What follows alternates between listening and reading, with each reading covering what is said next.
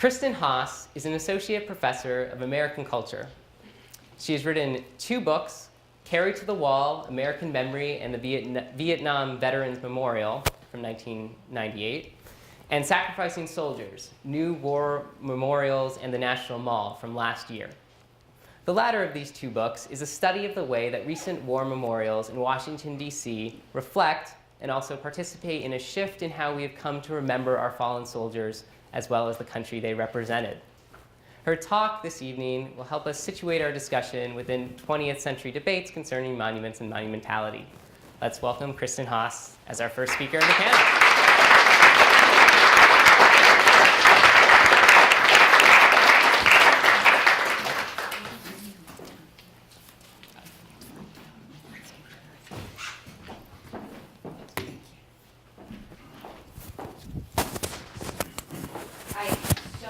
By the number of people in this room on this day. I can hardly believe it. So thank you very much. Thank you, Nick, for organizing this event. Thank you, everybody, for showing up. I'm starting, which gives me the advantage of being able to give the kind of blunt first impression version of reading The Facade of Angell Hall. And I want to begin with the story of a piece of architecture that is central to the symbolic life of the campus, central to the emotional life of the campus, and that came to us, has evolved through a series of controversies, a series of arguments about who we are and what it means to be the University of Michigan. So the story of the stadium is actually really relevant for the story of Angell Hall, because the story of the stadium is in part the story of a fight about who we are and what a public university should look like and what it means to be part of the community that supports and is transformed by a great public university.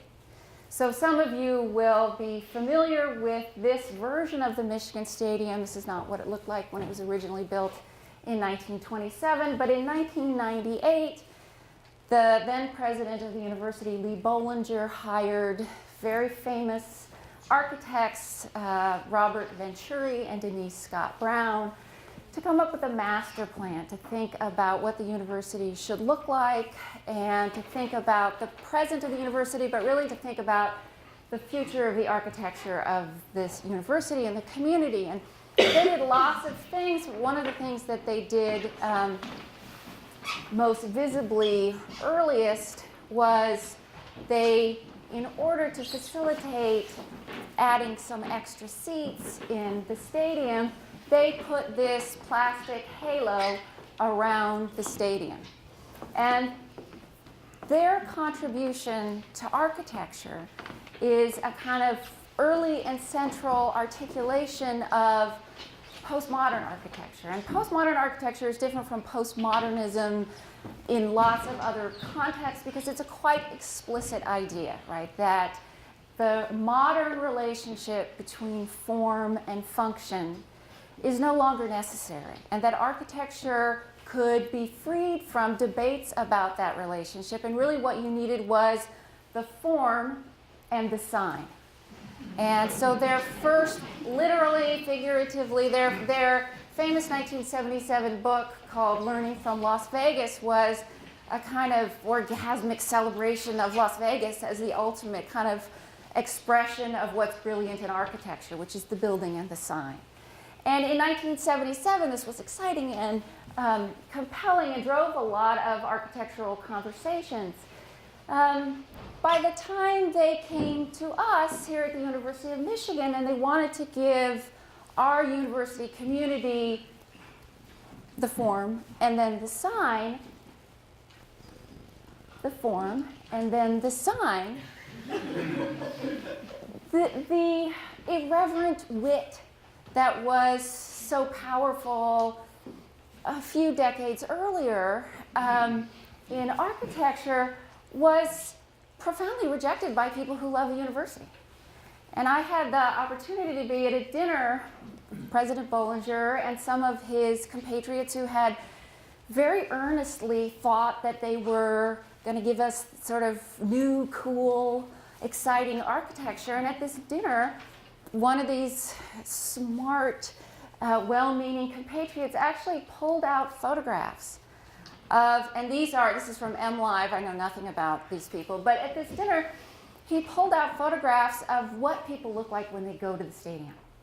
And he passed them around, and he asked us, how on earth could these people care that we were making a joke, right? How, these people don't want us to make fun of them? And the architect who was visiting, the esteemed architect who was visiting, was Daniel Libeskind, who at that moment was very famous and being celebrated for his design of the Jewish Museum in Berlin, which is, despite I think his own claims about his architecture, interesting and profoundly gestural form of architecture. Right? He built this big block of a museum that he wanted to be empty. That was his idea. How do you remember the unspeakable? He had the gesture of the empty museum. He has since become much more well-known for his equally gestural spire that is 1776 feet tall, or eventually it is, I guess, now 1776. Anyway, his response to the questions, the very earnest questions from the people gathered around this table about how could these people possibly care if we are poking fun at them, was to say, I have no idea. And then the next question was, and isn't this cutting-edge architecture? And there he was good, because he said, yes, absolutely, 25 years ago this was cutting-edge architecture. And I was disappointed with myself because I was too shy to say in the moment what I really thought. But what I really thought in the moment was, these people are playing.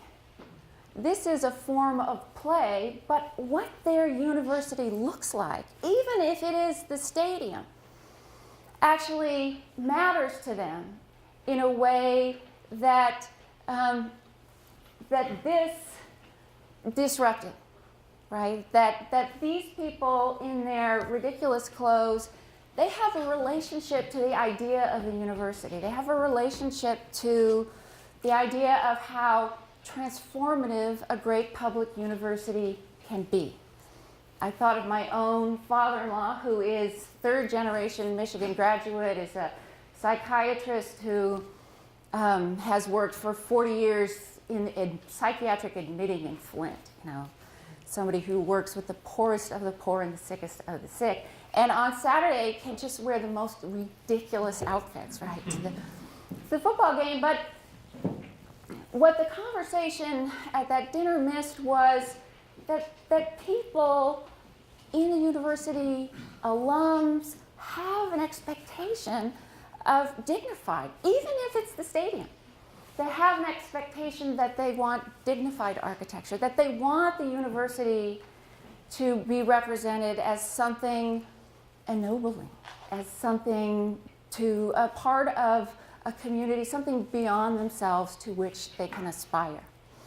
And that same argument, that same disconnect between people in the community, and especially alums who are important contributors, wanting something ennobling, and an architect having a different idea about what the university should look like, is really the story of the facade of Angel Hall as well.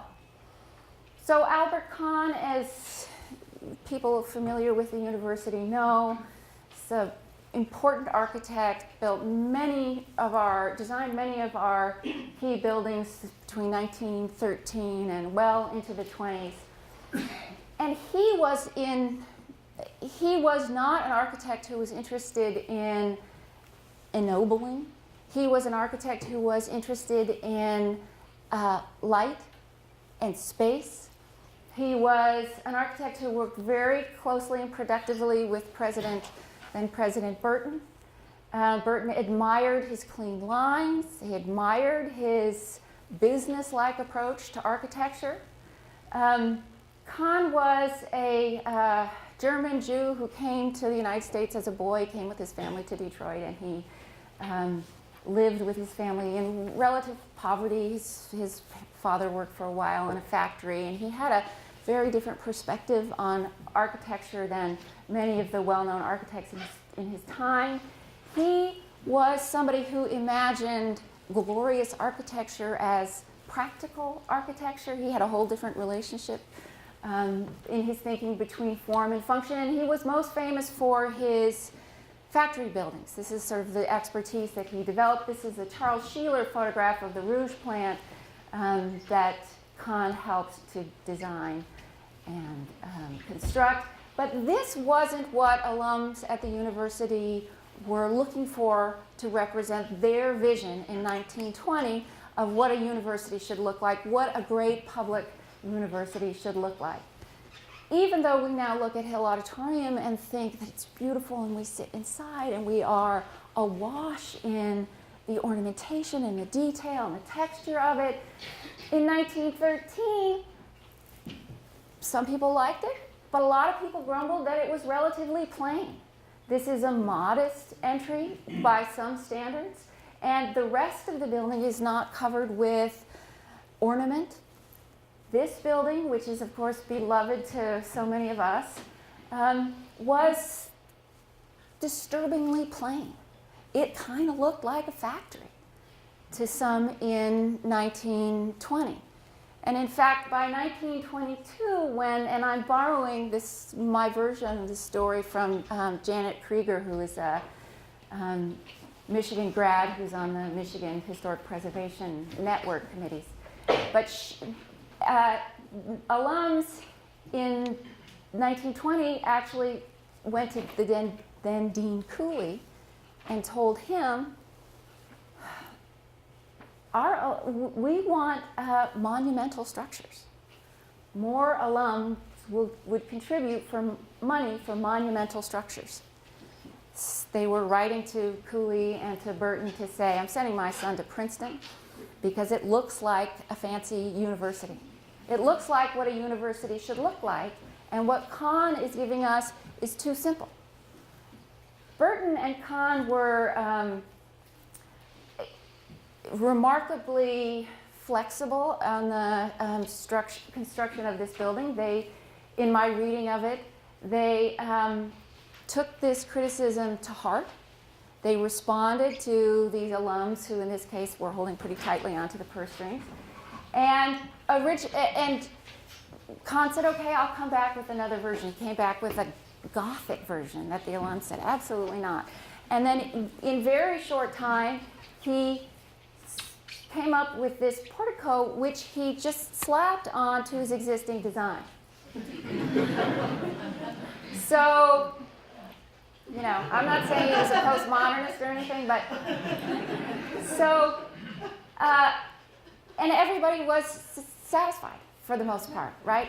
Kahn got the efficient, light-saturated building that some of you have had the pleasure to spend a career working in.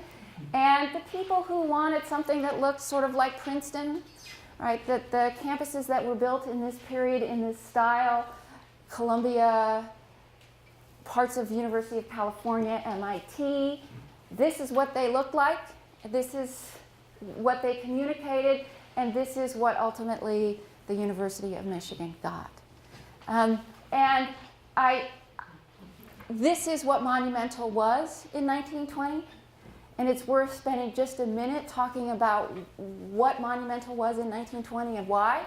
This is completed in 1922. The Lincoln Memorial actually has a Michigan-related history because the Lincoln Memorial was part of the redesign of the National Mall, which was inspired by this gentleman, inspired by and advocated for by this gentleman, James McMillan, a Michigan senator, who went to this event, the Chicago World's Fair in 1893, and saw this architecture, Beaux-Art architecture on steroid, the architecture of high European ornament, and decided that this beautiful version of who we could be should be everywhere, and particularly should be in Washington, D.C., and it particularly should be on the National Mall. So the fair inspired the City Beautiful movement, which transformed cities like San Francisco. You could see the similarity across. And got people thinking about what monumentality looked like, or what it should feel like. And you can see it here just across the street. And I'm getting my time nod. I would just add that scholars in my field who have written about this architectural style in this moment have been really preoccupied with race and with this as a particular articulation of what it meant to be white and what it meant to be white and a global power in this moment. And I think that there's lots that's interesting in that conversation to explore. I don't think it was explicitly on the minds of the alums who wanted it to look like it was an important institution. They wanted it to look like it mattered and like it was built to last, and that's what they got. Thank you.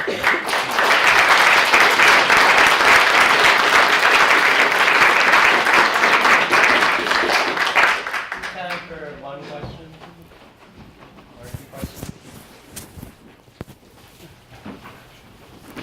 You mentioned that the alums had rejected a Gothic facade explicitly, and it seems like this was a time when Gothic versus classical was very heavily debated. Could you explain what choice the university was making, what Kahn was doing? I think that, my impression, and I don't know enough to give you a really good answer, but this is what the big universities in the moment who were transforming their campuses or who were building big buildings, this is what it was looking like. So given that the alums were kind of saying, it doesn't look like Princeton, I don't want to send my kid there, I think that might have been part of it. I also think that Kahn wasn't necessarily that enthusiastic about the Gothic. I don't think he took it that seriously as a design, so that might have been part of it too.